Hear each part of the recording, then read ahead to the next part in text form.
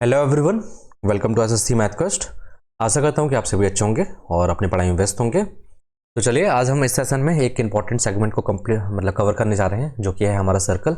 जो इतना इंपॉर्टेंट है कि हर एग्जाम में आपको, गवर्नमेंट एग्जाम में इसके क्वेश्चन देखने को मिलेंगे, है ना। और बेसिक आपको एक आइडिया होना चाहिए सर्कल कैसे बनता है ना।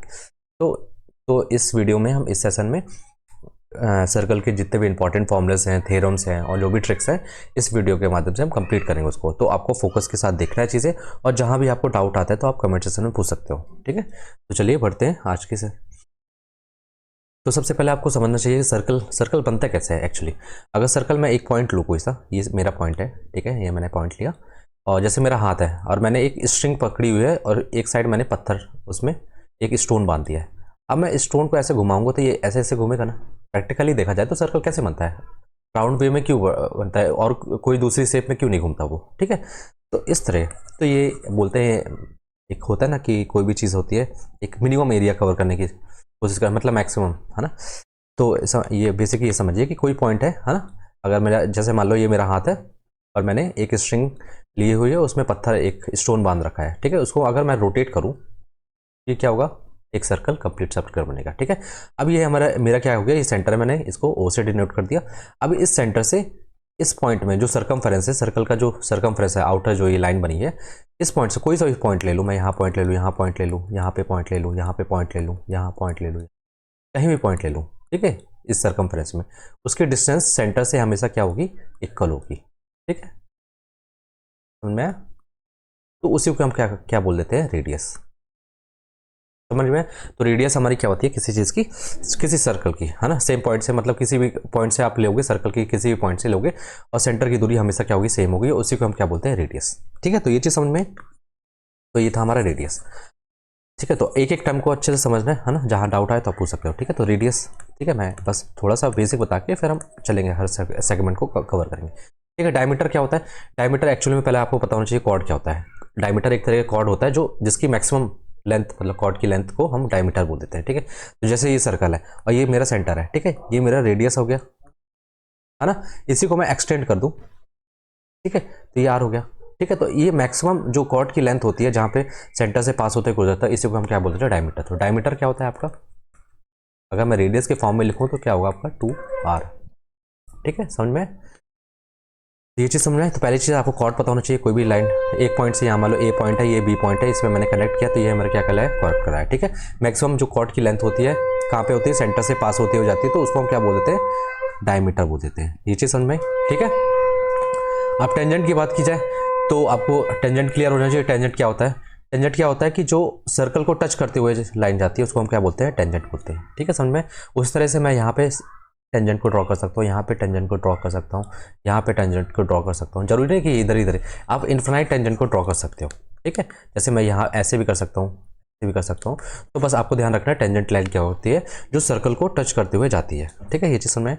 और एक चीज़ और, अगर सेंटर से आप टेंजेंट की जो ये लोगे डिस्टेंस टेंजेंट लाइन पे, तो ये हमेशा क्या होती है, परपेंडिकुलर होती है 90 डिग्री। कहीं भी ले लो आप, इसको ले लो, चाहे ऐसे बना लो, मैं ऐसे बना लेता हूँ ये सर्कल को। तो ये भी जो line sir point centre, circle के सेंटर से ये यहाँ से ये हमेशा क्या होगा, परपेंडिकुलर होगा 90 डिग्री, ठीक है। समझ में? तो हमेशा याद रखना, टेंजेंट क्या होता है, जो सर्कल को टच करते हुए जाती है लाइन, उसको बोलते हैं हम टेंजेंट, ठीक है। और उसके सेंटर से टेंजेंट लाइन की दूरी हमें, मतलब जो हमेशा क्या होता है, परपेंडिकुलर होती है टेंजेंट लाइन पे, ठीक है। ये चीज़ समझ में।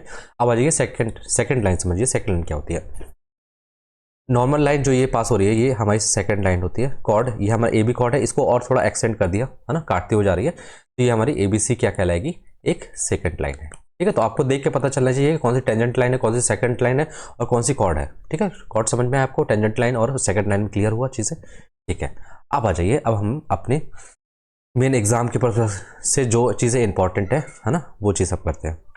अब आ जाइए, बेसिक चीज़ बताइए। तो पहले आपको बताइए पेरीमीटर क्या होता है सर्कल का। पेरीमीटर मतलब कंफ्यूज, मतलब पेरीमीटर ही क्या होता है हमारा, सरकमफेरेंस हम बोल देते हैं उसको, सरकमफेरेंस, ठीक है। तो सरकमफेरेंस ऑफ सर्कल क्या होता है, आपको बताइए क्या होता है, 2πr, ठीक है। अगर मैं एरिया की बात करूँ, मैं पेन चेंज करूँ पहले, एरिया क्या होता है हमारा, एरिया क्या होता है, πr, ठीक है।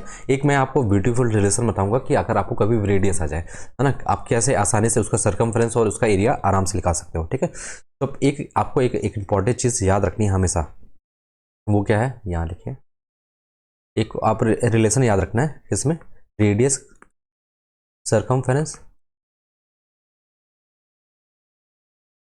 ठीक है, और किसके बीच में, एरिया के बीच में। इनके बीच में रिलेशन ये है कि अगर आपको रेडियस किसका, आपको रेडियस अगर 7 का मल्टीपल दिखता है, 7 का, तो सर्कमफ्रेंस क्या हो जाएगा आपका, 44K का मल्टीपल होगा। ठीक है, आपको दिख गया, मैं बताऊंगा आपको एग्जांपल के थ्रू। ठीक है, तो 44 का मल्टीपल में होगा। ठीक है, और आपका एरिया क्या होगा, एरिया में क्या होता है, देखो रेडियस क्या होता है, लेंथ होती है, तो इसको मीटर लिख लो, है ना, इसको भी मीटर के फॉर्म में आएगी, जो भी आएगी यूनिट। ठीक है, एरिया में क्या होती है, मीटर स्क्वायर होती है, तो बस आप इसमें क्या करना है, 154 इंटू में इसमें क्या हो जाएगा आपका K स्क्वायर हो जाएगा। ठीक है, जैसे सपोज करो मैं एग्जाम्पल लेता हूँ, मेरा रेडियस दिया है, एक सर्कल है, उसका रेडियस दिया है कितना आपका, 14 दिया है, तो आपको दिख रहा है कि 7 का मल्टीपल है, 7 इंटू 2, तो जब भी आपको रेडियस दिखे 7 का मल्टीपल, तो आप आराम से सर्कमफ्रेंस और उसका एरिया आराम से निकाल सकते हो। ठीक है, तो यहाँ के की वैल्यू क्या है, 2 है। ठीक है, तो यहाँ से सर्कमफ्रेंस क्या आ जाएगा, अब ये नहीं कि आप फॉर्मूले में रख के रेडियस की ये 2πr में रख के निकाल लो, नहीं, आपको दिख गया कि 7 का मल्टीपल है तो कुछ नहीं, आपको क्या करना है, 44, आपको बस ये याद रखना है, ये 44 यूनिट, 7 यूनिट और 154। ठीक है, अगर 7 का मल्टीपल दिखे तो सर्कमफ्रेंस क्या करोगे,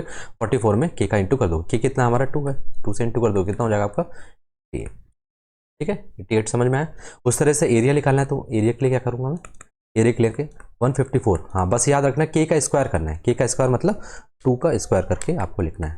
ठीक है, इंटू करना है, 2 का स्क्वायर करके इंटू करो, 4 4 4 से 61, ये कितना आ जाएगा, 6 हो जाएगा। ठीक है, तो इस तरीके से आपको अगर रेडियस अगर 7 का मल्टीपल दिखा है तो आप सर्कमफेरेंस एरिया कैसे निकाल सकते हो, समझ में आया। ठीक है, तो आपको मैंने क्या किया, पहले आपको रेडियस पता होना चाहिए, डायमीटर पता होना चाहिए, कॉर्ड क्या होना, क्या कॉर्ड क्या होता है, टेंजेंट क्या होता है, मैक्सिमम लेंथ की जो कॉर्ड होती है उसको हम डायमीटर बोलते हैं, टेंजेंट लाइन क्या होता है और सेकंड लाइन क्या होता है, ये चीज़ क्लियर हुई आपको।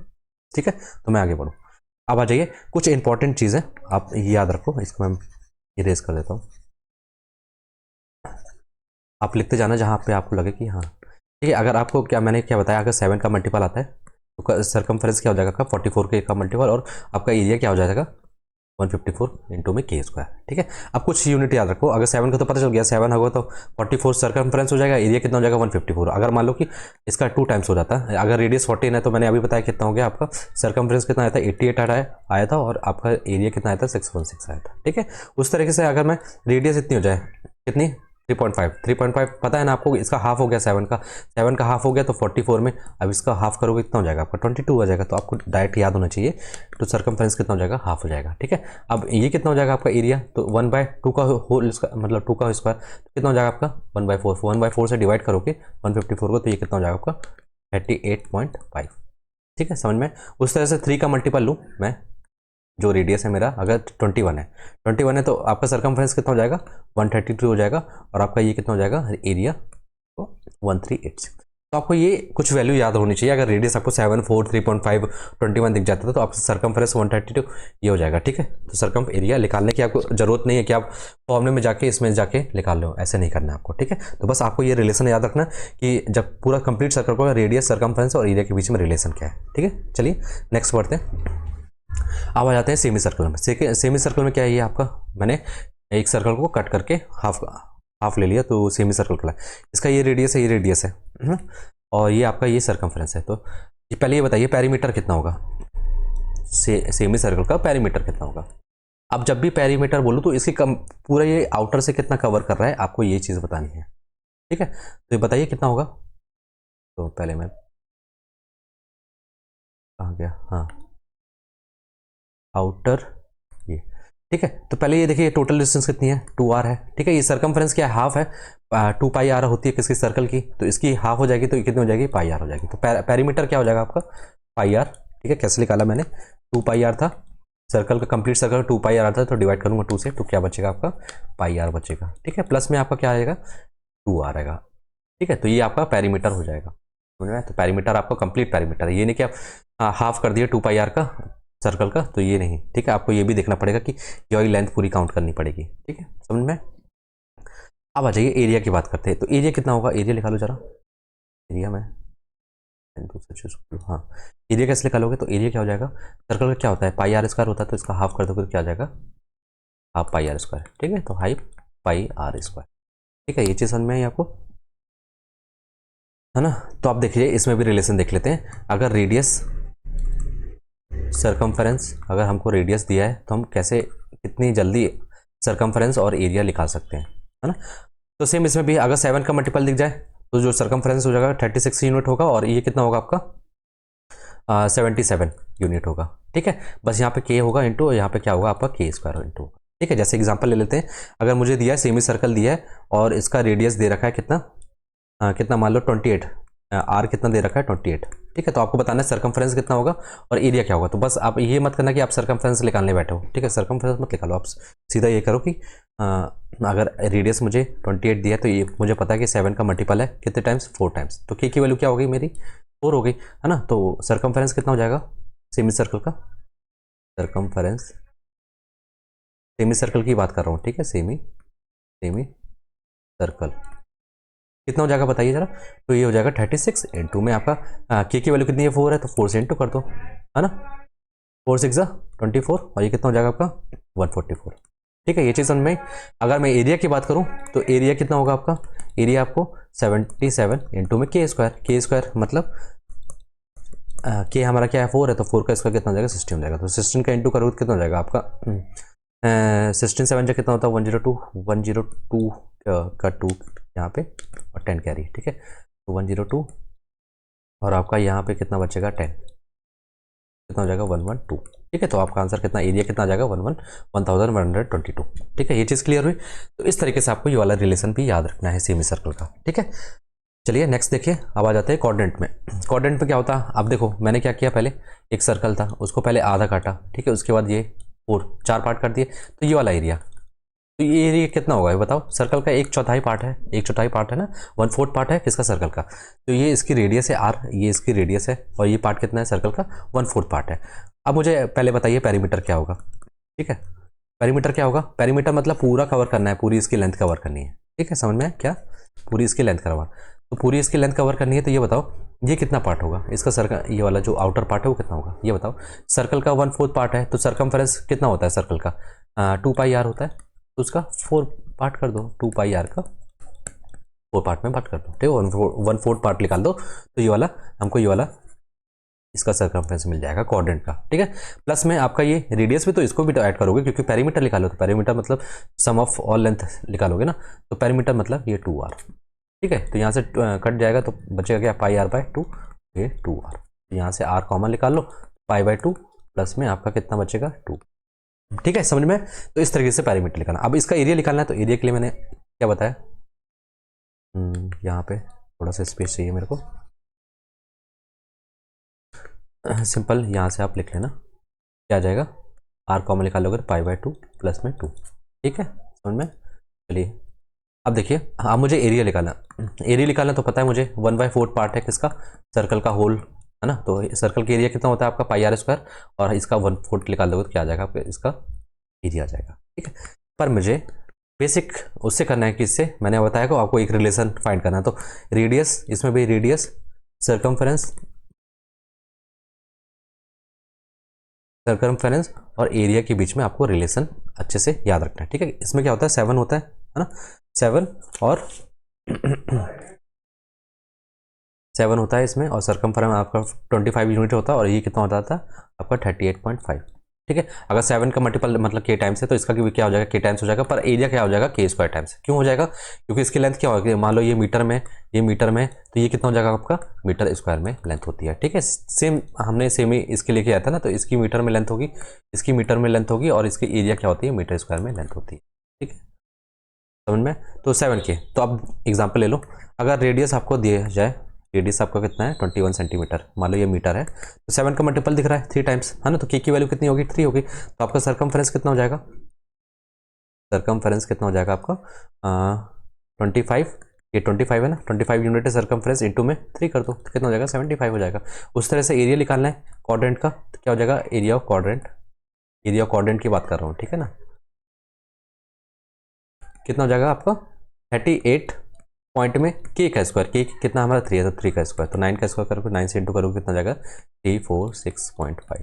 ठीक है, तो आपको बस कुछ नहीं करना है, ये रिलेशन याद रखना है रेडियस सर्कमफेरेंस और एरिया के बीच में। ठीक है, कोऑर्डिनेट में भी क्वाड्रेंट का देखा हमने, और किसका देखा, सेमी सर्कल का देखा। अगर आपको रेडियस 7 का मल्टीपल दिख जाता है तो आपको सेमी सर्कल हो, चाहे क्वाड्रेंट हो, चाहे सर्कल हो, तो आप आराम से सर्कमफरेंस और उसका आराम से निकाल सकते हो। इसी तरह से ये देखो, इसमें भी ये, ठीक है। तो तीनों को आपको ये रिलेशन याद रखना है, रेडियस, सर्कमफ्रेंस और एरिया का, ठीक है। तो आपको याद है ना, अगर सर्कल है कंप्लीट तो 7K है, तो ये 44K हो जाएगा, और ये कितना हो जाएगा 154K², ठीक है। अब देखिए सेमी सर्कल में अगर रेडियस 7 का मल्टीपल आता है तो सर्कमफ्रेंस क्या हो जाएगा, 36 का मल्टीपल हो जाएगा, और एरिया क्या हो जाएगा 70 से 7 इंटू में K², ठीक है, समझ में। अब इसका क्वाड्रेंट का क्या बोला, 7 का मल्टीपल है 25 का, 25 का मल्टीपल होगा, इसमें एरिया क्या होगा 38.5 इंटू में K², ठीक है, समझ में। चलिए नेक्स्ट पढ़ते हैं आगे। अब आ जाइए इंपॉर्टेंट थ्योरम, सबसे इंपॉर्टेंट थ्योरम है, ठीक है, जो कि सर्कल का सबसे फेवरेट पार्ट, ठीक है। अब ये देखिए, अब इसने क्या बोला, angle made bye an arc. Arc पहले समझिए आर्क क्या होता है। अगर मैं ये सर्कल बनाया हूँ, ठीक है, ये कॉर्ड खींचिए, ठीक है, ये कॉर्ड नहीं खींचो, मान लो ये पॉइंट ए है, ये पॉइंट बी है, ठीक है। तो ये एक आर्क है, दो तरह के आर्क होते हैं, एक मेजर आर्क होता है, एक माइनर आर्क। माइनर मतलब छोटा वाला आर्क, ये माइनर आर्क हो गया आपका, और जी वाला आपका क्या हो गया, मेजर आर्क हो गया, जो बड़ा वाला ये पूरा ये वाला, ठीक है। तो ये क्या हो गया आपका मेजर आर्क हो गया, ठीक है, ये चीज समझ में। तो मैंने एक आर्क लिया, ये मान लो ए बी कॉर्ड है, भाई इस पॉइंट से ये जो वाली आर्क है ये, ठीक है। तो जो इससे एंगल जो सबटेंड हो रहा है ना, ये वाला, जितने भी एंगल सबटेंड हो रहे हैं, है ना, सर्कमफ्रेंस पे, तो मान लो ये थीटा एंगल सबटेंड कर रहा है इससे, यहाँ पे कितना θ2 और यहाँ पे कितना θ3, ठीक है। अगर सेम आर्क है, अगर एंगल जो सबटेंड हो रहा है सर्कमफ्रेंस में, वो आपस में क्या होंगे, इक्वल होते हैं, ठीक है, ये चीज़ याद रहेगी। और दूसरी चीज़ ये कि सेम साइड होना चाहिए। अगर मान लो कि एंगल जो सबटेंड हो रहा है θ1 θ2 θ3 एक ही साइड होंगे, ये नहीं कि आप इस साइड बना दिए इस आर्क से तो ये बोलोगे कि आप θ4 भी इक्वल हो जाएगा, θ4 इक्वल नहीं होगा, सेम साइड होना चाहिए, जो एंगल सबटेंड हुआ है सेम साइड। तो देखो ये आर्क इस साइड है ना, मेजर साइड, तो सेम साइड होंगे, तब वो क्या होंगे, सारे एंगल आपस में क्या होंगे, इक्वल होंगे, ठीक है, सेम आर्क पे बने होने चाहिए, ठीक है। उस तरह से अगर मैं दो आर्क यहाँ, दो एंगल यहाँ सबटेंड करूँ, यहाँ पे एक, उसी तरह ये, ठीक है। तो ये वाला एंगल जो बनेगा, मान लो ये α1 ये α2, तो ये आपस में क्या होंगे, इक्वल होंगे। ये आपस में क्यों इक्वल होंगे, क्योंकि सेम साइड बन रहे हैं। कहाँ बन रहे हैं आपका, माइनर आर्क की तरफ बन रहे हैं, ठीक है। और कॉर्ड कौन सी है, ए बी ये वाली, देखो ये वाली इस आर्क के थ्रू बन रहा है, ठीक है। तो सेम आर्क होना चाहिए और सेम साइड में एंगल सबटेंड करना चाहिए, तब क्या होंगे, वो आपस में इक्वल होंगे। ये चीज़ क्लियर हुई। अब आ जाइए दूसरा थ्योरम देखिए, जो कि इंपॉर्टेंट है, और दोनों को कॉम्बिनेशन से ही आपके आंसर फ्रेम किए जाते हैं, ठीक है। अब दूसरा वाला देखिए, angle made bye an arc on centre is double the angle made by the same arc on the circumference of circle. मतलब ये कहना चाह रहा है कि ये मान लो मेरी आर्क ए पॉइंट है, ये बी पॉइंट है, और ये आर्क है ना, ये आर्क है मेरा ए बी, इससे जो सेंटर, ये मान लो ये सेंटर है मेरा, जो एंगल यहाँ सबटेंड कर रहा है ना, तो वो एंगल अगर सेंटर पे सेंटर करके कितना होगा आपका, डबल होगा। सेंटर पे जो एंगल होगा डबल होगा, किससे, जो सर्कमफरेंस पे एंगल ये सबटेंड कर रहा है, ठीक है। कौन सा arc, A B arc, same arc पे बन रहा है ना, सेंटर पे जो एंगल कर रहा है हमेशा डबल होगा, किससे, जो सर्कमफरेंस पे, ठीक है। उसी तरह से मान लो ये है, उस तरह से अगर ये मान लो यहाँ थीटा है, तो ये क्या हो जाएगा आपका 2θ हो जाएगा, ठीक है। तो सेंटर में हमेशा एंगल सेम आर्क पे अगर बना रहे हैं तो वो क्या होगा, हमेशा डबल होगा, जो सर्कमफरेंस में बना रहे हैं, ठीक है। ये चीज़ समझ में। चलिए नेक्स्ट देखिए, अब ये देखिए, अब ये इंपॉर्टेंट पार्ट है। अगर मान लो ये लाइन है, ये सेंटर है आपका, ठीक है, तो ये बताइए कितना हो गया एंगल, ये 180 डिग्री लीनियर पेयर है ना, 180 डिग्री दिख रहा है। अब ये बताइए, अब ये आर्क मान लीजिए, ये आपका आर्क ए बी है, ठीक है, ये आर्क ए बी है, कैसे ये, ठीक है, समझ में, आर्क ए बी है।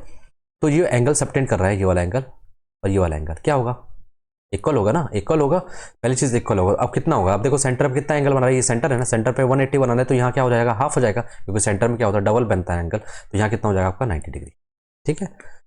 तो ये 90 डिग्री हो जाएगा, तो ये 90 है, तो ये भी क्या हो जाएगा आपका 90 डिग्री हो जाएगा, ठीक है। समझ में ये चीज़ क्लियर हुई कि नहीं हुई। अब यहाँ पे दोनों थ्योरम के यूज मतलब कंबाइन करके यहाँ पूछा है। पहली चीज़ तो ये एंगल सेंटर कितना 180 है, तो हाफ हो जाएगा 90। दूसरी चीज़ सेम आर्क पे बनने, तो ये भी 90 है, तो ये भी क्या हो जाएगा 90 हो जाएगा, ठीक है। और आपको ये स्पेशल केस याद रखना है कि अगर डायमीटर बोला है तो एंगल आपको सेप्टेंडर बताया नहीं जाएगा, ये ऑटोमेटिकली क्या होगा आपका 90 डिग्री होगा, क्योंकि ये कितना होता है, सेंटर पे 180 डिग्री बन रहा है, तो यहाँ पे क्या हो जाएगा 90 डिग्री। ये चीज़ क्लियर हुई आपको, ठीक है। अब उस तरह से ये भी स्पेशल केस है, ये कितना है आपका 90 डिग्री है, तो ये कितना बचेगा, 360 होता है पूरा सर्कल, है ना, तो 360 में तो कितना बचेगा 270। अब सर्कल में 270 है, तो मैंने अभी आपको बताया ये वाला स्पेशल केस, ये वाला, यहाँ 2θ है, तो यहाँ क्या हो जाएगा आपका θ हो जाएगा, ठीक है। तो ये वाला एंगल कितना हो जाएगा आपका, इसका जस्ट हाफ हो जाएगा, तो कितना हो जाएगा आपका 135 डिग्री। ठीक है, ये चीज़ क्लियर हो कि नहीं हुई है ना। तो इस तरीके से आप क्वार्टर सर्कल का स्पेशल एंगल मेड कितना हो जाएगा आपका 130 डिग्री 135 डिग्री। ठीक है, ये चीज़ क्लियर हुई। चलिए नेक्स्ट तरफ चलते हैं। ये आप ये भी सबसे इंपॉर्टेंट थ्योरम है, इससे क्वेश्चन फ्रेम हो रहे हैं, है ना। अब ये थर्ड, अब इसमें क्या बोला है कि एंगल मेड, आपको ना थ्योरम को अच्छे से रीड करना है, एक एक पॉइंट को, एक एक लाइन जो वर्ड्स दिए हैं उसका सबका इंपॉर्टेंट होता है। Angle made by a chord and tangent is equal to the angle made by the chord in another segment of the circle. ठीक है, इन अनदर, और angle made by the chord and tangent. ठीक है, cord and tangent मतलब एक cord मैंने ये ली, एक और मैंने एक टेंजेंट ये ली, इनके बीच में जो एंगल बन रहा है, मान लो ये एंगल बन रहा है, वो मान लो थीटा है, वो किसके इक्वल है, किसके इक्वल है, ये ध्यान से सुनना। ठीक है, ये वाली कॉर्ड तो मैंने ले ली, अब ये वाली कॉर्ड है, ये वाली कॉर्ड है, तो इन दोनों कॉर्ड से, मतलब समझ रहे हो, ये वाली कॉर्ड तो मैंने इनके बीच का एंगल ले लिया, अब इसको छोड़ के इसको नहीं लेना है, अब जी वाली कॉर्ड और जी वाली कॉर्ड, इनके बीच में जो अपोजिट दो अदर कॉर्ड्स बची हैं, ये लिखा ना other chords in the other segment. ठीक है, अदर सेगमेंट मतलब एक सेगमेंट ये है, एक सेगमेंट ये है, तो ये वाली मैंने तो ले ली, अब ये वाली बची है, जो ये दो जो कॉर्ड्स बनी उनके बीच का एंगल हमेशा क्या होगा, ये थीटा है तो ये भी क्या हो जाएगा, थीटा हो जाएगा। ये चीज़ समझ में आई कि नहीं आई, फिर से समझो। अब देखो, जैसे मैं, ये भी तो कॉर्ड है एक, यहाँ मैंने अगर मान लो अल्फा लेता हूँ, चेंज,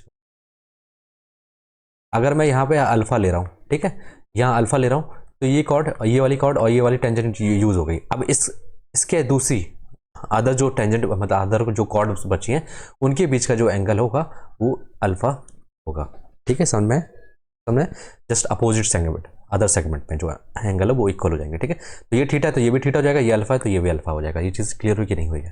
ठीक है, तो आपको ध्यान रखना है कि जो कॉर्ड यूज हो चुकी है वो वाली कॉर्ड नहीं लेना है, जो एंगल ये अल्फा है तो ये वाली अदर जो कॉर्ड्स बची हैं उनके बीच का एंगल आपस में क्या होते हैं, इक्वल होते हैं। ठीक है, समझ में, चलिए, तो ये समझ में आ गया। चलिए अब ये देखिए, इससे क्वेश्चन फ्रेम होता है, कैसे फ्रेम होता है, पहले मैं ये लिख लेता हूँ, ये ए है, ये बी है, और ये मान लो सी है, और ये डी है, और ये ई है।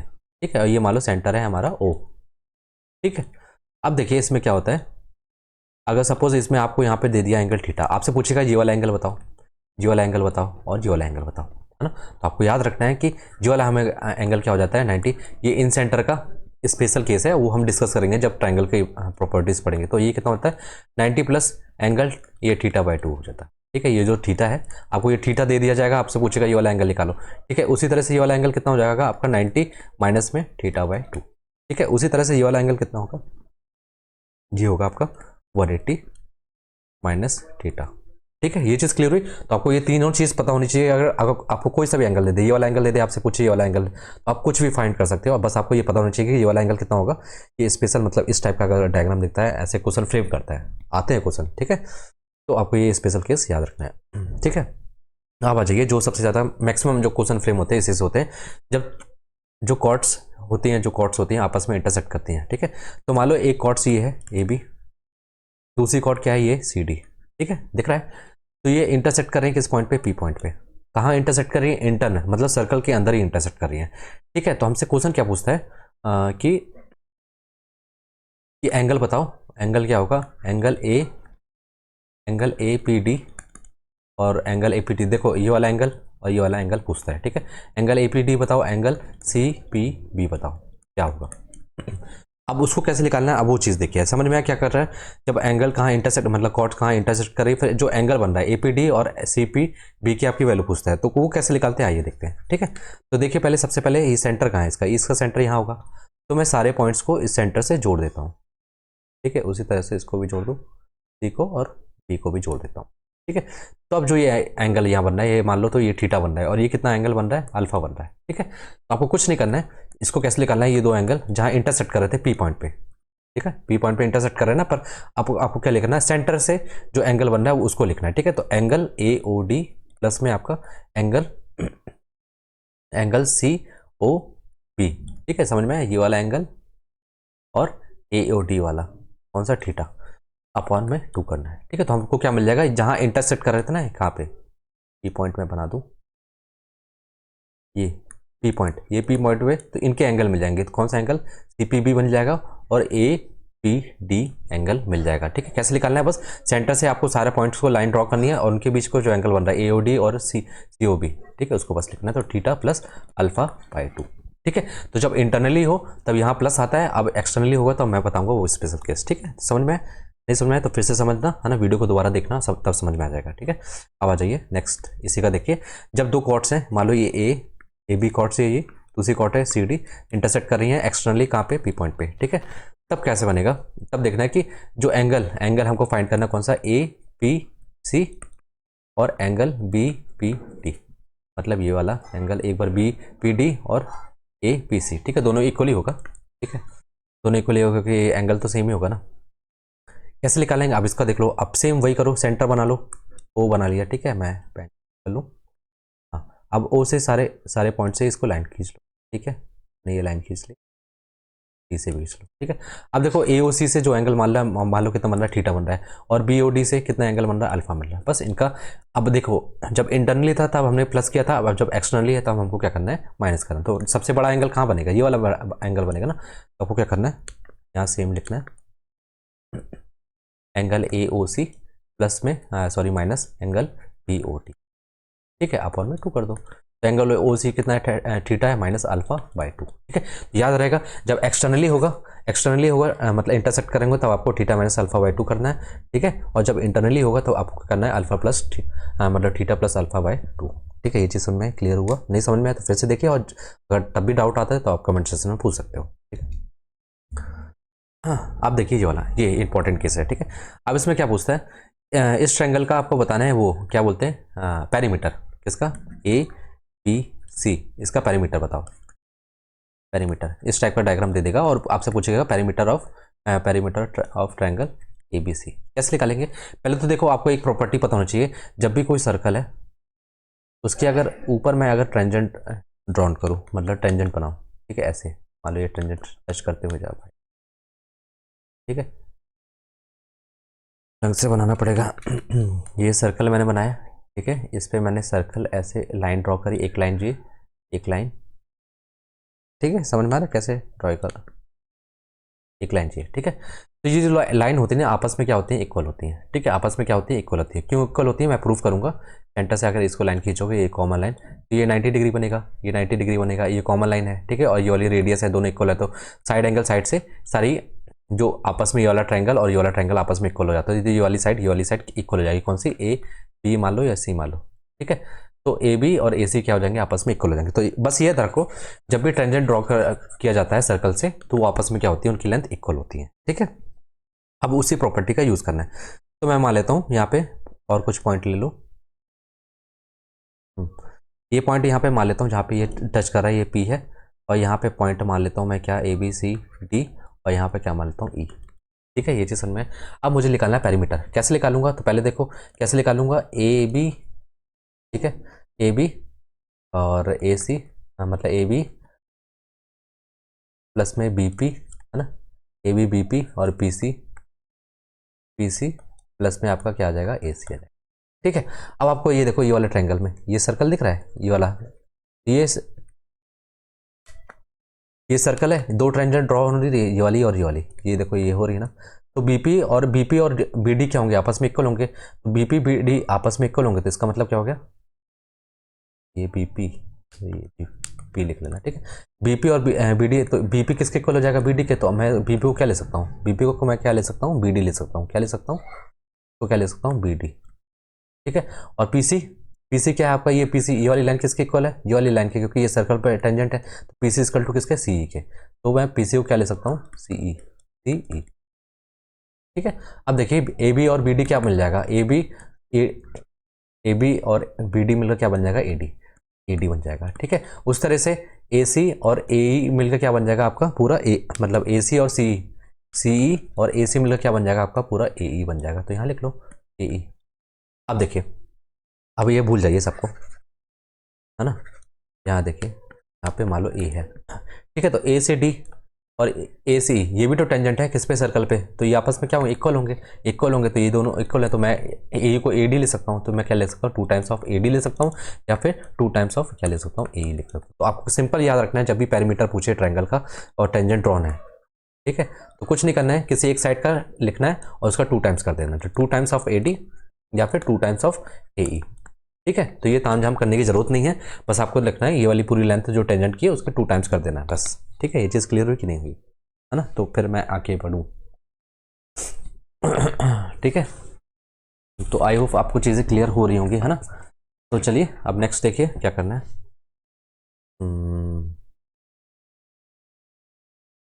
अब आ जाइए ये वाला स्पेशल डायग्राम। ठीक है, अब ये वाला देखिए, इसमें क्या होता है कि आपको एक टेंजेंट है, मतलब टेंजेंट ड्रॉन है, कॉमन टेंजेंट है जो कि दोनों सर्कल पे है। ठीक है, तो ये जो एंगल होता है ये क्या होता है, हमेशा 90 डिग्री होता है। क्यों होता है आइए देख लेते हैं। वही सेम प्रॉपर्टी लगानी है, जब भी सर्कल है उन पे अगर दो टेंजेंट ड्रॉ करें तो ये आपस में क्या होती है, इक्वल होती हैं। ठीक है, उस तरह से देखो ये टेंजेंट ड्रॉन है। ठीक है, अब मैं यहाँ से एक लाइन खींच दूँ यहाँ। ठीक है, अब दिख रहा है ये वाले सर्कल में ये वाली टेंजेंट, ये वाली टेंजेंट, ये सर्कल में जो है टेंजेंट ड्रॉन है, तो आपस में क्या होंगे, इक्वल होंगी। उस तरह से ये वाली टेंजेंट और ये वाली, इस सर्कल में देखो ये वाली टेंजेंट ये टेंजेंट आपस में इक्वल होंगी। तो आपको पता है कि जब भी ये वाला स्पेशल ट्रायंगल देखा है ना आपने, ये वाली साइड, ये वाली साइड, ये वाली साइड, तो ये सर्कमफेरेंस है ना, ये पॉइंट क्या है, पॉइंट ऑफ सर्कम सेंटर है। तो ये वाली लेंथ, ये वाली लेंथ, तो ये कितना होता है आपका 90 डिग्री होता है। ठीक है, कितना होता है आपका 90 डिग्री। तो ये एंगल हमेशा यार क्या है, होता है 90 डिग्री। तो जब भी क्वेश्चन वैसे नहीं आता है, जैसे ए बी कोई टेंजेंट है तो आपसे पूछेगा ये वाला एंगल निकालो। ठीक है, तो आपको ये स्पेशल केस याद रखना है। ठीक है, समझ में? चलिए नेक्स्ट बढ़ते हैं। अब आ जाइए ये इंपॉर्टेंट, इसमें क्या होता है ये समझिए। अब देखिए ये पॉइंट है, आपको ये दो सर्कल है, पहले जब इंटरनली इंटरसेक्ट कर रहे हैं, इंटरनली, ये कहाँ, एक्सटर्नली, और ये आपका स्पेशल केस है। ठीक है, अब देखिए दो पॉइंट है, कहाँ पे इंटरसेक्ट करें, पी पे। ठीक है, पी पे इंटरसेक्ट करेंगे तो आपसे क्या पूछेगा, इसकी लेंथ निकालो, कभी किसी की लेंथ पूछेगा। तो आपको एक रिलेशन याद रखना है, मान लो दो कॉर्ड्स हैं, कौन सी, ए बी और ए सी। पहले मैंने लिख लेता हूँ ए बी और कौन सी, सी डी। दो कॉर्ड्स हैं, कहाँ पे इंटरसेक्ट कर रही हैं, ये इंटरसेक्ट कर रही हैं पी पे, पी दिखेगा, हाँ पी दिख रहा है, पी पे इंटरसेक्ट कर रही है। तो पी से आपको क्या करना है, एक बार ये डिस्टेंस पे जंप करना है, एक बार ये डिस्टेंस पे, और दोनों को इंटू कर लेना। तो पी ए इंटू में चेंज करो, P A, P A into में आपका पी बी। ठीक है, उसी तरह से दूसरी कॉर्ड देखो, तो सी डी, एक बार पी यहाँ से जाओ, ये पी है ना आपका, तो पी से सी और पी से डी, तो दोनों को इंटू करके इक्वल, दोनों का प्रोडक्ट क्या होता है, इक्वल होता है। ठीक है, तो पी सी इंटू में आपका पी डी, समझ में आया? तो एक कॉर्ड का लेना है जहाँ इंटरसेक्ट करें पी पॉइंट पे, तो एक बार पी से ए जंप करना है, पी से बी, उनका प्रोडक्ट इक्वल टू क्या होगा, सी पी इंटू में पी डी। ठीक है, ये चीज़ क्लियर हो? उस तरह से यहाँ पे दो कॉर्ड्स हैं, मान लो ए बी और ये सी डी, कहाँ इंटरसेक्ट कर रही हैं, पी पे इंटरसेक्ट कर रही है ना, तो पी से बी और पी से ए। ठीक है, उस तरह पी से डी और पी से सी। ठीक है, इन दोनों का प्रोडक्ट क्या होगा, इक्वल होगा। तो पहले मैं लिखूँ पी से बी, पी बी इंटू में पी ए, और फिर पी सी यहाँ पे लिख लेना डी। ठीक है, पी सी इंटू में पी डी। ठीक है, एक बार इस पॉइंट पे जंप करना है, एक बार इस पॉइंट पे जंप करना है। ठीक है, तो दो सारे पॉइंट पे जंप करके उनका प्रोडक्ट आपस में क्या होगा, इक्वल होगा। अभी देखिए स्पेशल केस है, स्पेशल केस क्यों है, क्योंकि ये टेंजेंट है और ये सीकेंट लाइन है। कौन सी, सीकेंट लाइन ए बी, और इसको मान लेता हूँ पी। ठीक है, तो ये सीकेंट लाइन है और ये टेंजेंट कौन सी है, पी टी। तो पी टी हमारी क्या है, टेंजेंट है, यहाँ पर लिख लेना पी टी हमारा क्या है, टेंजेंट लाइन है। ठीक है, और हमारा ए बी पी, ये हमारी क्या है, सीकेंट लाइन है। सीकेंट लाइन है, मैंने आपको बता चुका है। ठीक है, ठीक है, तो सीकेंट लाइन है, तो इसमें क्या बनेगा, अब देखो इसमें तो कोई दो बार तो जाएगा नहीं, एक बार है, तो इसमें इसी को दो बार दौड़ा लो। तो क्या, टेंजेंट को दो बार दौड़ा लो, पी टी इंटू में पी टी। ठीक है, इंटू में आप एक बार पी से बी जाओ, फिर एक बार पी से ए जाओ। ठीक है, पी से ए की तरफ जाओ, क्या हो जाएगा, पी वी इंटू में आपका क्या हो जाएगा, पी ए हो जाएगा। ठीक है, तो आप समझ में, P T square equal to P A into में आपका पी बी हो जाएगा। ठीक है, प्रोडक्ट तो समझ में आ गया। जब दो कॉर्ड्स आपस में इंटरसेक्ट करें इंटरनली, तब क्या होगा, जो भी दो कॉर्ड्स है उनका प्रोडक्ट करके आपस में इक्वल कर देना। उसी तरह एक्सटर्नली में सेम चीज़, उसी तरह ये स्पेशल केस है जब हमको सेकेंड और टेंजेंट लाइन इंटरसेक्ट कर रही है किसी पॉइंट पी पे। ठीक है, ये चीज़ क्लियर हुई कि नहीं हुई, होगी ना? चलिए नेक्स्ट, इसको मैं पहले मिटा दूँ, ये आप एक, चलो इसको लिख लेना दो। अब इसमें ये देखो, पहले मैं इसको हटाऊँ फिर तभी तो समझ में आएगा।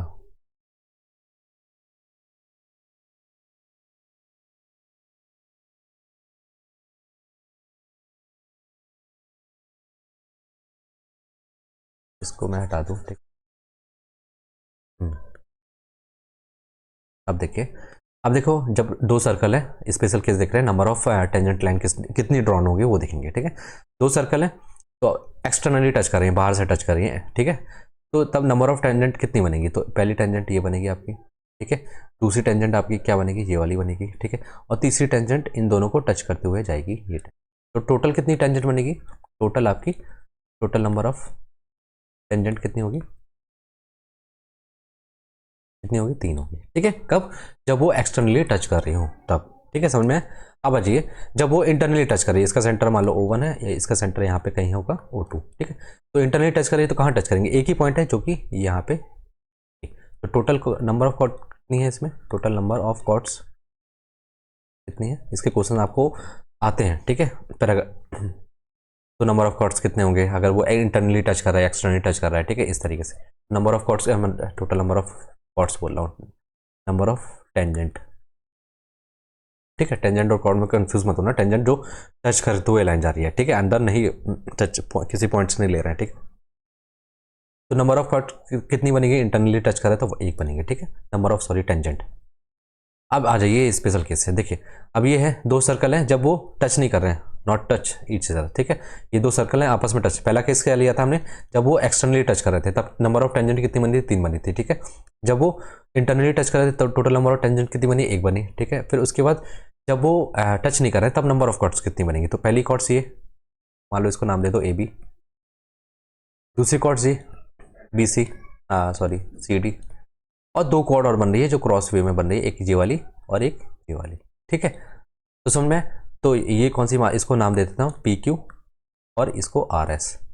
तो आपको याद रखना है जो AB और CD, जो AB कॉर्ड है, AB एंड CD, ये आपकी कैसी कॉर्ड है, डायरेक्ट कॉमन टेंजेंट है। ये कैसी कॉर्ड है आपकी, डायरेक्ट कॉमन टेंजेंट है, अरे सॉरी कॉर्ड बोल रहा हूँ बार बार, डायरेक्ट कॉमन कैसी टेंजेंट है आपकी, डायरेक्ट कॉमन टेंजेंट है, क्या आपकी डायरेक्ट कॉमन टेंजेंट। उसी तरह से CD भी आपकी क्या है, कैसी वो है, टेंजेंट है, डायरेक्ट कॉमन टेंजेंट, ठीक है, समझ में। और अगर मैं बोलूँ कि ये क्रॉस वाली कैसी है, ये क्रॉस वाली कैसी है आपकी, ट्रांसफर्स करिए ना एक दूसरे को काट, क्रॉस वे में लिखी हुई ना, तो इसको क्या होगा, ट्रांसफर्स कॉमन टेंजेंट, ठीक है, समझ में आया। तो AB और CD आपकी कैसी है, डायरेक्ट कॉमन टेंजेंट है, और PQ और RS, PQ लिख लेता हूँ, PQ एंड RS कैसी है आपकी, ट्रांसवर्स कॉमन टेंजेंट है, ठीक है। तो समझ में आया। तो नंबर ऑफ कॉर्ड्स इसमें कितनी होगी, टोटल 4, यहाँ लिख लो टोटल नंबर ऑफ कॉर्ड्स कितनी होगी, अगर टच नहीं कर रहे हैं, टोटल नंबर ऑफ कॉर्ड्स कितनी होगी, टोटल कितनी होगी, सॉरी कॉर्ड्स बोल रहा हूँ फिर से, टोटल नंबर ऑफ टेंजेंट्स कितनी होगी आपकी, टोटल 4 होंगी, समझ में। चलिए नेक्स्ट देखिए, नेक्स्ट अब देखिए इंटरसेक्टिंग सर्कल, ठीक है। अब 2 सर्कल हैं जो आपस में इंटरसेक्ट करें, तब नंबर ऑफ टेंजेंट कितनी बनेगी, तो नंबर ऑफ टेंजेंट कितनी बनेगी, एक जी वाली टेंजेंट बनेगी और एक जी वाली टेंजेंट बनेगी, दूसरी और तीसरी टेंजेंट नहीं बनेगी, ये टेंजेंट नहीं है, ठीक है, आपको टेंजेंट नहीं है, ठीक है। तो याद रखना जब इंटरसेक्ट कर रहे हैं तो टोटल नंबर ऑफ कॉर्ड्स कितनी बनेगी, टोटल नंबर ऑफ टेंजेंट कितनी बनेगी आपकी, 2 बनेगी। जब वो आपस में इंटरसेक्ट कर रहे हैं तब नंबर ऑफ टेंजेंट कितनी बनेगी, 2 बनेगी, ठीक है। अब देखिए आपसे एक क्वेश्चन पूछता है, क्या पूछता है क्वेश्चन, यहाँ लिखता हूँ कि जो ये 2 कॉर्ड्स हैं, एक ये मान लो AB, ठीक है, और ये नीचे वाली जो कॉर्ड्स है, सॉरी कॉर्ड्स बोल रहा हूँ, टेंजेंट CD, ठीक है, जो AB टेंजेंट है और CD टेंजेंट है, इनके बीच के डिस्टेंस पूछता है, इस डिस्टेंस बताओ, ये डिस्टेंस कितनी होगी, क्या पूछता है आपसे, जो 2 टेंजेंट हैं AB और CD, इनके बीच की डिस्टेंस बताओ, इनके बीच की डिस्टेंस बताओ, ठीक है। तो मान लेता हूँ ये PQ है, तो इसका लेंथ पूछता है, तो कैसे निकालते हैं, तो पहले ये देखो ये कॉमन पॉइंट है इन दोनों जहाँ इंटरसेक्ट कर रहे हैं, तो मैं इनको नाम देता हूँ क्या, D और E। तो ये कॉमन कॉर्ड है, दोनों इंटरसेक्ट कर रहे हैं, जहाँ पे इंटरसेक्ट कर रहे हैं वहाँ की कॉमन कॉर्ड है कौन सी, DE। आपको याद रखना है फॉर्मूला एक, तो फॉर्मूले सेम फॉर्मूला है, ठीक है। PQ निकालने के लिए PQ स्क्वायर इक्वल टू क्या होगा, एक बार आप ये वाली टेंजेंट ले लो कौन सी, AB स्क्वायर, प्लस में आप क्या करो, जो इनकी कॉमन कॉर्ड है ना कौन सी, DE, ठीक है, कॉमन कॉर्ड है कौन सी, DE, उसका होल स्क्वायर ले लो, ठीक है। समझ में, मैंने क्या बोला, PQ स्क्वायर करो, डिस्टेंस निकालनी है हमको, हमको PQ फाइंड करना होता है, ठीक है, डिस्टेंस फाइंड करनी होती है किसकी, दो टेंजेंट है AB और CD, उनके बीच के डिस्टेंस फाइंड करने के लिए ये फॉर्मूला है, ठीक है। PQ इक्वल टू क्या होगा, टेंजेंट का स्क्वायर है ना, AB टेंजेंट का स्क्वायर और DE का स्क्वायर, उस तरह से। और कैसे निकाल सकते हैं PU, एक बार AB टेंजेंट ली, एक बार क्या ले लो, CD टेंजेंट ले लो, CD का स्क्वायर प्लस में आपका क्या हो जाएगा, DE जो कॉमन कॉर्ड है उसका स्क्वायर, ठीक है, समझ में है आपको? तो किस तरीके से डिस्टेंस निकालनी है दो टेंजेंट के बीच में, तो ये फॉर्मूला है उसका। ठीक है, समझ में? तो मैंने सारे केस डिस्कस कर दिए, नहीं हुआ तो एक बार फिर से देखिए।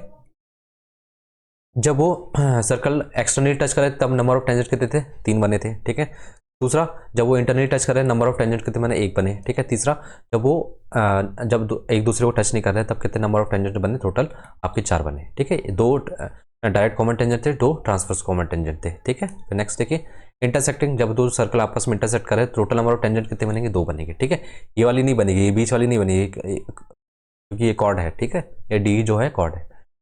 तो अब इसमें स्पेशल केस एक पूछा जाता है कि 2 टेंजेंट है उसके बीच का डिस्टेंस निकालो, तो आप इस तरीके से निकाल सकते हो, इस फॉर्मूले पे रख के। ठीक है, समझ में? चलिए अब आ जाइए, ये इंपॉर्टेंट। ठीक है, अब देखो 2 सर्कल हैं तो इंटरसेक्ट करते हैं, उनके स्पेशल केस है जब वो इंटरसेक्ट सेंटर से नहीं पास हो रहे होते हैं। ठीक है, मान लो ये सेंटर है पहले वाले सर्कल का O1 और ये कितना है O2 है। ठीक है, O1 और O2, और ये मान लो ये पॉइंट कितना है, हमारा A है। तो आपसे पूछता क्या है एक्चुअली में, जहां इंटरसेक्ट कर रहे हैं इंटरसेक्टिंग, ये वाली लेंथ पूछते हैं कॉर्ड की लेंथ पूछते हैं, AB की लेंथ बताओ। ठीक है, AB की लेंथ बताओ। उसी तरह इसमें भी ये वाली लेंथ पूछते हैं, कौन सी, ये वाली। तो मान लो AB है जो कि कॉमन कॉर्ड है, 2 सर्कल इंटरसेक्ट कर रही है। ठीक है, ये सेंटर से नॉट पासिंग थ्रू सेंटर, जो सर्कल है ना आपस में, जो इनका जो सरकमफ्रेंस है वो सेंटर पे नहीं है। ठीक है, not passing through their centre.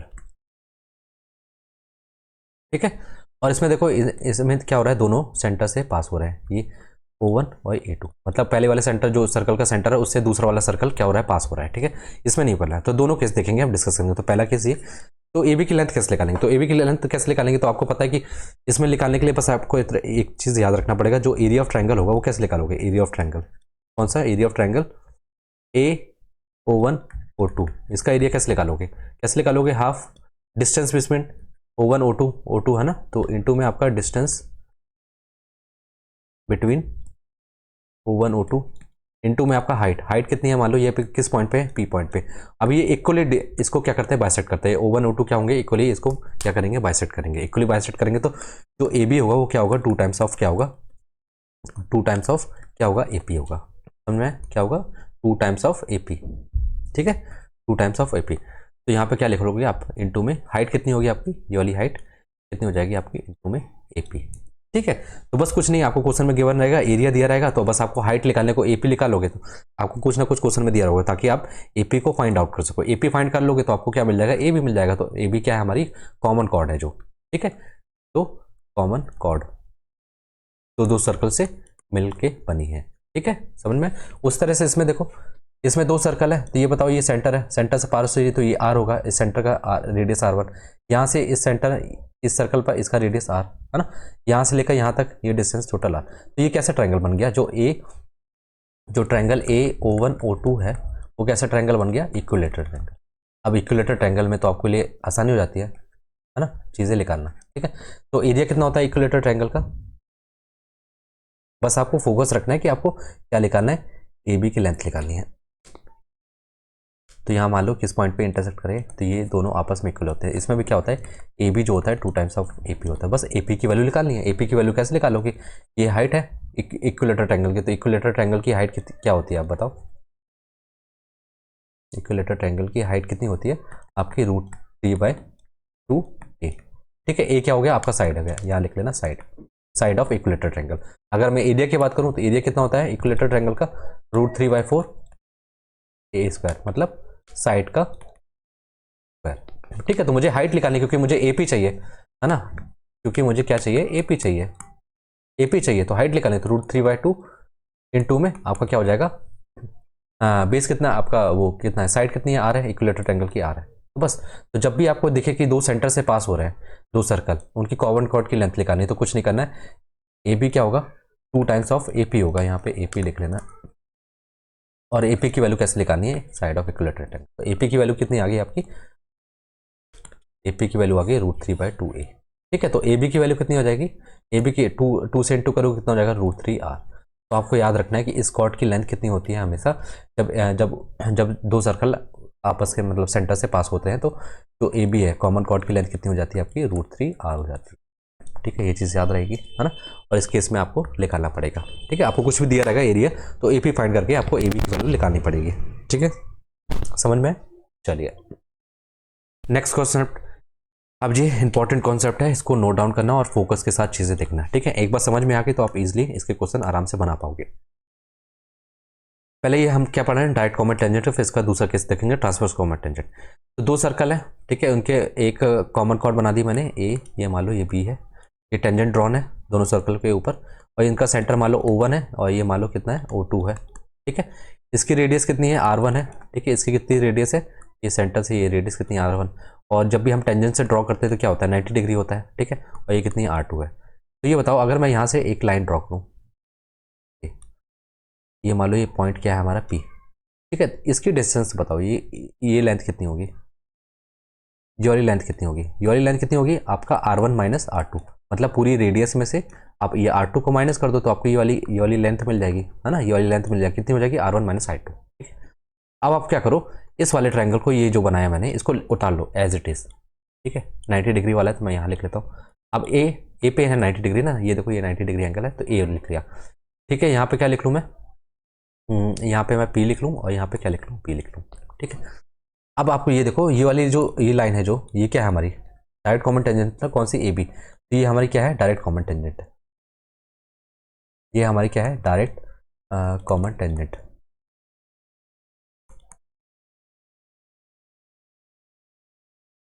ठीक है। और ये वाली लाइन कौन सी है, PA लाइन क्या है R1 माइनस R2, ठीक है। PB क्या है हमारा, ये वाली लाइन PB क्या है हमारी डिस्टेंस बिटवीन द सेंटर, ये देखो ये PB तो वही हो ना, यहाँ से देखो ये वाली डिस्टेंस क्या आ गई, PB है वही है ना। तो ये क्या है आपकी डिस्टेंस, या आप इसको डिनोट कर दो किससे, D से डिनोट कर दो, ठीक है। क्या है आपकी distance between the centre of circle, ठीक है।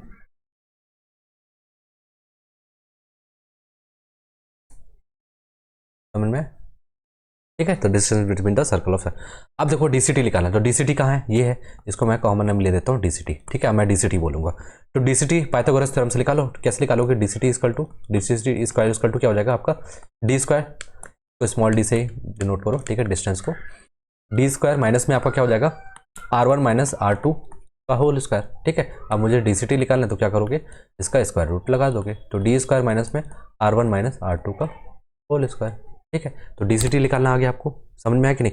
बस आप ये स्पेशल ट्रायंगल को याद रखो, है ना। क्या बताया मैंने, यहाँ पे क्या होता है R1 माइनस R2 होता है, ठीक है, परपेंडिकुलर, और बेस को याद रखो क्या होता है DCT होता है, डायरेक्ट कॉमन टेंजेंट, है ना। और ये क्या होता है आपका डिस्टेंस होती है, जो कि आपको गिवन, कोई एक चीज़ दो चीज़ गिवन होगी, तीसरी चीज़ निकालने को आपको दे देगा, ठीक है। आपको कभी D दे देगा, कभी आपको DCT दे देगा, तो बोलेगा डिस्टेंस बिटवीन द सेंटर निकालो सर्कल के, ठीक है। तो आपको बस याद रखना है ये स्पेशल ट्रायंगल, तो आप इजिली निकाल लोगे जो भी आपसे पूछेगा, ठीक है। अब आ जाइए ट्रांसवर्स कॉमन टेंजेंट, इसको, ठीक है, सेम इसमें भी वही है, बस इसमें स्पेशल ट्रायंगल आप याद रखो कैसा, ये 90 डिग्री है ना। इसमें मान लो कुछ भी नाम दे दो, ये A, ये B और ये B, ठीक है। बस यहाँ रखना है ट्रांसवर्स में क्या होता है R1 प्लस R2 होता है, ठीक है। अब यहाँ पूरा प्रूफ नहीं करने जा रहे हैं, बस याद रखो डायरेक्ट कॉमन टेंजेंट में क्या होता है R1 माइनस R2, और इसमें क्या होता है R1 प्लस R2, और ये सेम यहाँ पे भी क्या होगा TCT होगा, वहाँ DCT थे, यहाँ क्या होगा DCT, और ये क्या होगा सेम होगा, हमारा क्या होगा डिस्टेंस होगी, डिस्टेंस बिटवीन सेंटर, ठीक है, सर्कल की जो सेंटर है बिटवीन द सेंटर,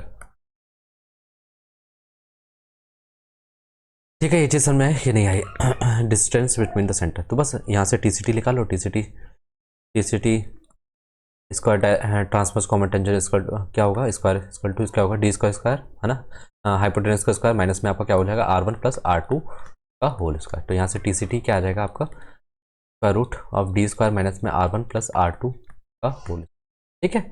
अब मैं आपसे पूछूं दूसरा क्वेश्चन, समझ में आ गया, तो बस आपको क्या रखना है, ये स्पेशल ट्रायंगल याद रखना है ना, मैंने आपको बता दिया फिर से, तो अब एक बार रिवाइज कर लेते हैं, ठीक है। तो मैंने क्या बताया, जब दो सर्कल हैं आपस में, इनका डायरेक्ट कॉमन टेंजेंट निकालना है, कैसे निकालना है, मान लो इनका सेंटर O1 O2 आपको ये दिया है, ठीक है। तो आपको याद रखना है DCT क्या होता है, डायरेक्ट कॉमन टेंजेंट क्या होता है डिस्टेंस, है ना। आपको दो स्पेशल ट्रायंगल याद रखना है DCT के लिए R1 माइनस R2 यहाँ पे, और ये क्या आपका DCT, और ये आपकी हाइपोटेनस क्या मान लो कितनी है डिस्टेंस, D स्क्वायर माइनस में आपको क्या हो जाएगा R1 माइनस R2 का होल स्क्वायर, ठीक है। उस तरह से ट्रांसवर्स कॉमन टेंजेंट का देखो, दो सर्कल हैं ट्रांसवर्सली इंटरसेक्ट वो कर रही है ना, तो ट्रांसवर्स कॉमन टेंजेंट की लेंथ कितनी आएगी आपकी बताओ।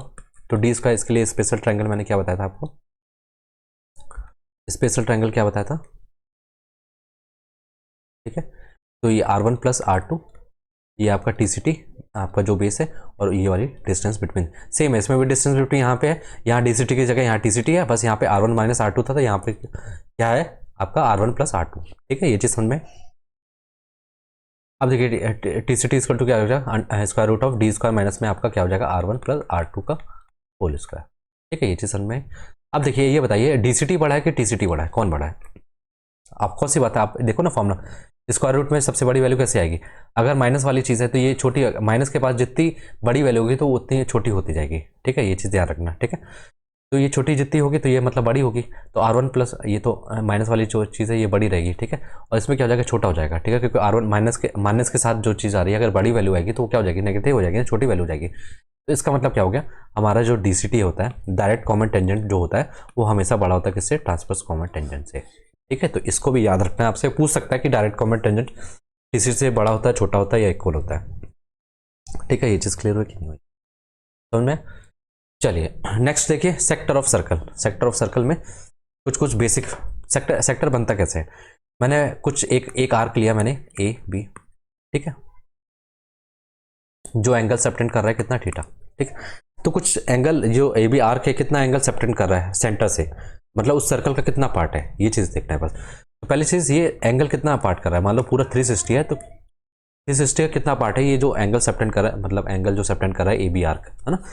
तो बस वही क्या है सेक्टर, तो एरिया ऑफ सेक्टर निकालते हैं, है ना, और उसका पेरीमीटर निकालते हैं सेक्टर का, सेक्टर मतलब ये पूरा सेक्टर जो हमारा ये वाला, ठीक है, ये सेक्टर है, कितना पार्ट है सर्कल का ओवरऑल। तो क्या हम क्या करते हैं 360 हमारा थीटा बाय 360, ठीक है। तो सिंपल पहले इसमें देखो, तो जो रेडियन होता है पहले तो ये देखो, ये हमारी क्या है रेडियस है ना, ये हमारा क्या है सेंटर है, और ये हमारी क्या है आर्क है AB, जिसको हम L से डिनोट करते हैं। तो एक रिलेशन है थीटा जो कि रेडियन में होता है, तो क्या होता है L अपॉन में R, क्या होता है L अपॉन में लेंथ अपॉन में रेडियस, ठीक है, ये चीज़ याद रहेगी। अब दूसरी चीज़ अब निकालते हैं हम क्या, पेरीमीटर। पेरीमीटर निकालें इसका सेक्टर का, पेरीमीटर निकालो, तो इसको काट लेता हूँ पूरा, इसको काट के मैं ऐसे बना लिया हूँ, ठीक है।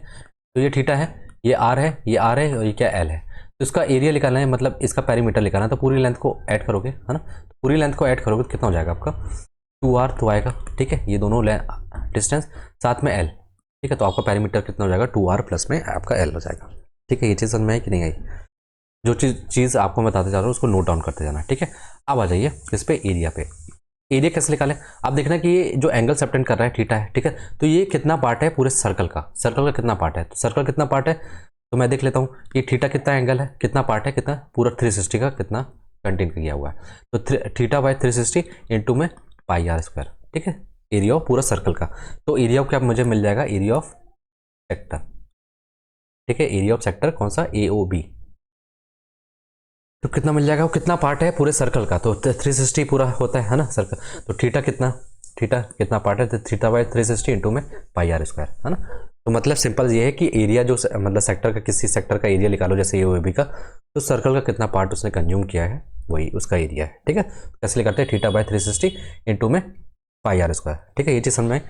अब एक आपको रिलेशन याद रखना है, जो एरिया ऑफ सेक्टर होता है, एरिया ऑफ सेक्टर तो मैंने बता दिया आपको, पर एक और फॉर्मूला याद रखना है, इसको मैं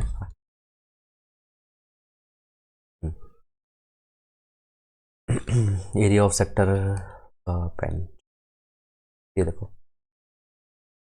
तो अब एक और याद रखना है, एरिया ऑफ जो सेक्टर होता है एरिया ऑफ सेक्टर क्या होता है, half length of arc, into में आपका क्या रेडियस, ठीक है। तो ये इंपॉर्टेंट है, इसको मैं शॉर्ट में ही लिख देता हूँ, L इंटू में R, ठीक है। तो आपको ये वाला भी बेसिक, ये ज़्यादातर इंपॉर्टेंट यूज, आपको कभी लेंथ दे दिया जाएगा, लेंथ ऑफ आर्क दे दिया जाएगा, रेडियस दे दिया जाएगा, तो आपको एरिया ऑफ सेक्टर निकालना है, तो आपको इस वाले फॉर्मूले से जरूरत नहीं निकालने की, ठीक है, तब आप इजिली इससे निकाल सकते हो, ठीक है, ये चीज़ समझ में आई कि नहीं आई, है ना। उस तरीके से मुझे लेंथ ऑफ सेक्टर निकालनी है, तो लेंथ ऑफ सेक्टर कैसे निकालते हैं, लेंथ ऑफ सेक्टर कैसे निकालते हैं, कुछ नहीं करना है, कितना पार्ट है पूरे सर्कल का, थीटा बाई 360 इनटू में हमको लेंथ निकालनी है, सेक्टर कौन सा हमारा ये है ना एल ए बी, तो ये क्या है सरकमफ्रेंस का कितना पार्ट है, ठीक है। तो सरकमफ्रेंस सर्कल का कितना होता है 2 पाई आर, ठीक है। तो बस उसका थीटा बाई 360 करना है, कितना पार्ट उसने कंज्यूम किया है, तो बस तो लेंथ ऑफ सेक्टर क्या हो जाएगी थीटा बाई 360 इंटू में 2 पाई आर। और एरिया ऑफ सेक्टर निकालना है थीटा बाई 360, एरिया का उसका थीटा बाई 360 करना है, और लेंथ ऑफ सेक्टर निकालना है तो सरकमफ्रेंस का थीटा बाई 360 पार्ट करना है, बस हो गया, ठीक है। तो आपको मैंने क्या चीज़ बताई, पहली चीज़ की ये जो थीटा होता है वो क्या होता है लेंथ ऑफ आर्क अपॉन में रेडियस, ठीक है। दूसरी चीज़ आपको क्या पेरीमीटर कैसे निकालना है, टोटल रेडियस दोनों को ऐड करना है 2r प्लस में l, ठीक है। तीसरी चीज़ एरिया ऑफ सेक्टर क्या होता है, मतलब उस एरिया कितना कवर किया है, ठीक है, थीटा बाई 360 इंटू में पाई आर स्क्वायर, ठीक। चौथा चीज़ ये स्पेशल फॉर्मूला है आपको जो कि याद रखना है, ठीक है, यूज़ होता है ज़्यादा, है ना, तो इस चीज़ को भी याद रखना है। और क्या याद रखना है आपको, पांचवी चीज़, ये चौथी चीज़ हो गई, ये पांचवी, ठीक है। तो लेंथ ऑफ सेक्टर कैसे निकालते हैं थीटा बाई 360 इंटू में 2 पाई आर, ठीक है। तो आपको खुद से रिकॉल करना है और लिखते जाना है, ठीक है, ये चीज़, ठीक है। चलिए देखिए अब नेक्स्ट, अभी देखिए आप समझिए सेगमेंट क्या होता है और वो क्या होता है, ठीक है। सेगमेंट क्या होता है मैं पहले आपको बता दूं, सेगमेंट ये मान लो ये बना है, ये आर्क है, मैंने क्या लिया एक आर्क, एक पॉइंट लिया ए बी, ये आर्क हो गया, है ना। मैं यहाँ से कॉर्ड ड्रॉ करता हूँ, तो ये वाला जो होगा ये क्या कहलाएगा, दो सेगमेंट होते हैं, एक हमारा क्या कहलाता है माइनर जो कम एरिया कंज्यूम कर रहा है, तो ये माइनर सेगमेंट हो गया, ठीक है। और ये वाला जो पार्ट हो गया ये आपका क्या कहला गया, आपका मेजर सेगमेंट, ठीक है। सेगमेंट और आर्क में कंफ्यूज मत होना, आर्क मतलब ये लेंथ, ये वाली लेंथ, और सेगमेंट मतलब कितना एरिया कंज्यूम किया पूरे आर्क ने, ठीक है। तो कॉर्ड के ऊपर वाला ये वाला जो है हमारा मेजर सेगमेंट हो गया, और जो नीचे वाला है वो हमारा क्या हो गया माइनर सेगमेंट, ठीक है। ये चीज़ क्लियर हुई कि नहीं हुई है। अब आपसे क्वेश्चन क्या पूछता है, आप ये देखिए, मैं यहाँ पे लिख देता हूँ सर्कल बना के, कॉर्ड है ना, ये वाला जो हमारा क्या कहलाएगा माइनर, मान लो माइनर सेगमेंट, ठीक है, कम एरिया है, और जो ऊपर वाला है वो हमारा क्या है मेजर सेगमेंट, ठीक है, जो एरिया ज़्यादा एरिया कंज्यूम किया है, ठीक है। और हमारी आर कौन सी है ए बी आर, ठीक है। समझ में अब देखिए आपसे क्वेश्चन क्या पूछता है, एक ट्रायंगल है, सेंटर है आपका ओ और ए बी, ये आपका कॉर्ड है, तो ये वाला एरिया फाइंड करने को बोलता है, ठीक है। तो ये वाला एरिया कैसे निकालोगे, तो आपको दो चीज़ का यूज़ करना है, कैसे, पहली चीज़ तो ये सेक्टर देखो, ये पूरा सेक्टर है, ठीक है। उसके बाद ये ट्रायंगल है, तो इस सेक्टर में से, ये पूरा सेक्टर में से ये वाले ट्रायंगल को माइनस कर दो, तो मुझे क्या मिल जाएगा, ये वाला एरिया मिल जाएगा। तो आपको ये वाला एरिया फाइंड करने को बोलता है, तो आपको कुछ नहीं, सिंपल फॉर्मूला ये आपको याद रखना है, या तो फिर आप क्या कर सकते हो, इस ट्रायंगल का एरिया निकालो, है ना। तो मैं इसमें ये लिख लेता हूँ, एरिया ऑफ सेगमेंट कितना आएगा, एरिया ऑफ सेगमेंट कैसे निकालोगे, area of sector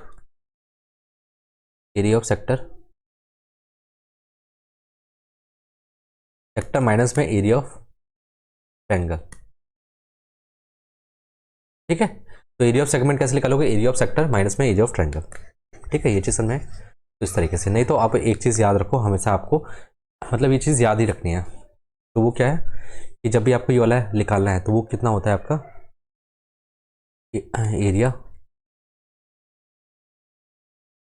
area of segment, समझ में आ रहा है कौन से सेगमेंट की बात कर रहा हूँ, इस वाले सेगमेंट की बात करो। एरिया ऑफ सेगमेंट क्या होगा आपका हाफ आर स्क्वायर और थीटा माइनस में आपका साइन थीटा, ठीक है, समझ में। तो जब भी आपको इस सेगमेंट का एरिया निकालना हो तो क्या करना है, आपको बस इस सिंपल फॉर्मूले में रखना है, हाफ आर स्क्वायर, आपका रेडियस जो भी होगा ये आर, ठीक है, इंटू में थीटा आपको गिवन होगा, तो उस हिसाब से आप इसका एरिया ऑफ सेगमेंट आराम से निकाल सकते हो, ठीक है। यहाँ पे आपको प्रूफ करने की जरूरत नहीं है, अगर आपको ट्रायंगल का एरिया दिया, एरिया ऑफ सेक्टर दिया, तो आप उन दोनों को माइनस करके भी निकाल सकते हो, या तो फिर आप बेसिक ये फॉर्मूला याद रखो, आपको ईजिली निकल जाएगा, ठीक है। यहाँ आ जाइए स्पेशल केस, ये ट्रायंगल है, ये सिमिलर सर्कल है जिसकी रेडियस ये आर है, ये भी आर है, ये भी आर है, ये भी आर है, ये भी आर है, ये भी आर है, ठीक है। अब आपसे क्या पूछता है कि ये जो रिमेनिंग जो बचा हुआ है ना, इसका एरिया निकालो, इसका एरिया फाइंड करने को पूछता है, एरिया क्या होगा, कैसे निकालोगे, तो आपको क्या करना है, ये ट्रायंगल दिख रहा है, ये ट्रायंगल ये ट्रायंगल में से क्या करेंगे, ये वाला सेक्टर और ये वाला तीनों सेक्टर को आपस में क्या कर देंगे, माइनस कर देंगे, तो एरिया ऑफ रिमेनिंग पोर्शन यहाँ लिखता हूँ area of remaining portion is equal to क्या होगा आपका area of triangle, area of triangle यहाँ नाम दे देता हूँ मैं, पहले पेन चेंज, हाँ ये ए, ये बी और ये सी, ठीक है। Area of triangle A B C minus करो क्या ये तीनों सेक्टर है ना, माइनस, अब ये देखो अभी मैं बताऊंगा area of minus area of all 3 sector, ठीक है। अब ये देखिए आपको ये ट्रायंगल कैसे दिख रहा है, ट्रायंगल कुछ दिख रहा है आपको, ये रेडियस आर है R1, तो ये पूरी कितनी होगी 2R हो गई, इधर भी 2R हो गया है ना, और इधर भी क्या हो गया 2R हो गया, 2R हो गया, इसका मतलब तीनों साइड क्या है आपस में इक्वल है, मतलब तीनों साइड इक्वल है, तो इसका मतलब ये कैसा है इक्विलेटर ट्रायंगल है, तो ये कैसा है हमारा इक्विलेटर ट्रायंगल है, ठीक है। इक्विलेटरल इक्विलेटर ट्रायंगल है तो बस इसका एरिया कितना होता है √3/4 है ना, साइड का स्क्वायर, साइड कितनी होगी पूरी मिला के टोटल 2R का स्क्वायर, एरिया ऑफ 3 सेक्टर। अभी बताओ जब एरिया ऑफ ये क्या इक्विलेटर ट्रायंगल तो कितना होता है, ये 60 डिग्री होता है, इनका एंगल कितना होता है 60 डिग्री है ना, तो 60 डिग्री होता है। ये बताओ तीनों सेक्टर का अगर मैं कितना पार्ट है सेक्टर को मिला के क्या मिलता है, सेक्टर कहाँ से बनता है सर्कल से मिलता है, तो मैं क्या देखता हूँ थीटा कितना है, टोटल थीटा कितना बना रही है एंगल, तो यहाँ से ये 60 डिग्री, यहाँ से भी 60 डिग्री और ये 60 डिग्री, टोटल कितना 3 बार, तो 3 इंटू में एरिया 60/360 इंटू में आपका करोगे इंटू में आपका πr स्क्वायर, ठीक है। सर्कल का कितना पार्ट है πr स्क्वायर करोगे, ये चीज़ समझ में आई कि नहीं आई आपको, ठीक है।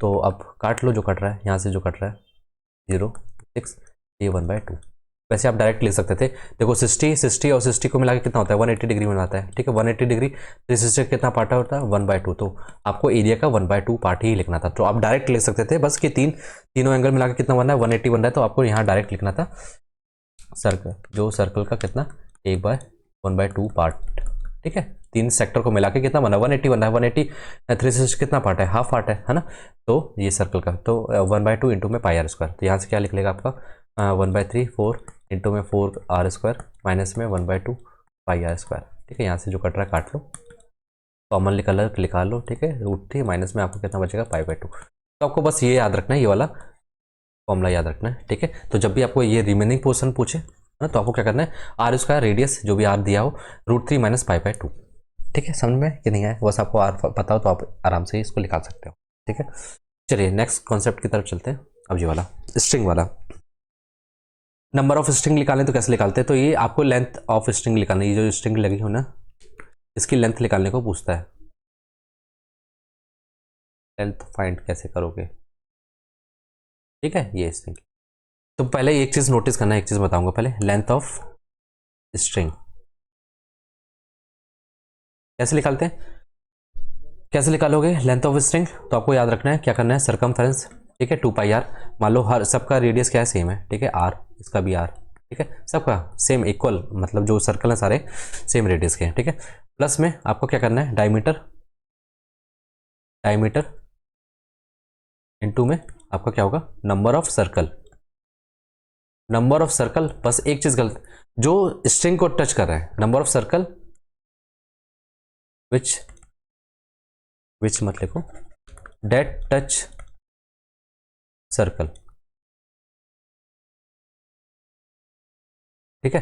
मतलब ये देखो ये वाला सर्कल टच कर रहा है क्या स्ट्रिंग को, नहीं कर रहा था, ये वाला नहीं लोगे टोटल नंबर ऑफ, ठीक है। तो मान लो कि मैं रेडियस मान लेता हूँ, रेडियस मेरी कितनी है 2 है, तो बताओ कितना होगा लेंथ ऑफ स्ट्रिंग क्या होगा, 2 इंटू में सॉरी ये कितना हो जाएगा 4π, प्लस में डायमीटर कितना हो जाएगा आपका 4 हो जाएगा, इंटू में नंबर ऑफ सर्कल कितने हैं बाहर के जो जिससे स्ट्रिंग टच हो रही है, बस उसी सर्कल को लेना है, ये वाला सर्कल नहीं लेना, तो 1 2 3 4 5 6 7 8 9 टोटल कितने सर्कल 9, कितना हो जाएगा 4 प्लस आपका 9, ठीक है। तो आपको ये वाला सर्कल काउंट नहीं करना है, अगर स्ट्रिंग से टच हो रहा है तभी काउंट करना है, ठीक है। चलिए तो मैं एक क्वेश्चन देता हूँ आपको, दो मैं एक सर्कल बनाता हूँ ऐसे, ठीक है। तो इसकी रिंग की लेंथ बताना आप, इस रिंग की लेंथ कितनी होगी, ठीक है, ढंग से बना नहीं है पर इस रिंग की लेंथ बताना, और हर सर्कल का रेडियस कितना है, रेडियस कितना है r=7 है, ठीक है। तो आपको बताना है इस स्ट्रिंग की लेंथ, ठीक है। तो सेम आपको क्या करना है 2πr है ना सरकमफ्रेंस, प्लस में डायमीटर इंटू में number of circle that touch circle, ठीक है। जो सर्कल को टच कर रहे हैं उन्हीं सर्कल को काउंट करना है, नहीं तो और दूसरे सर्कल को नहीं टच करना है, ठीक है, मतलब उसको काउंट नहीं करना है। तो ये वाला सर्कल काउंट नहीं, मतलब टच नहीं कर रहा था स्ट्रिंग को, इसलिए इस सर्कल को काउंट नहीं किया, ठीक है। टोटल नंबर ऑफ सर्कल कितने हो जाएंगे, मतलब लेंथ ऑफ स्ट्रिंग निकालने का ये तरीका है, ठीक है। तो ये थी हमारी आज की क्लास। आई होप आपको सर्कल के बारे में बहुत कुछ जानने को मिला होगा, नहीं जानने को मिला होगा। अगर आपको जहाँ नहीं समझ में आया है ना, तो आप कमेंट सेक्शन में पूछ सकते हो, नहीं तो आप दोबारा वीडियो को जाके देख सकते हो, ठीक है।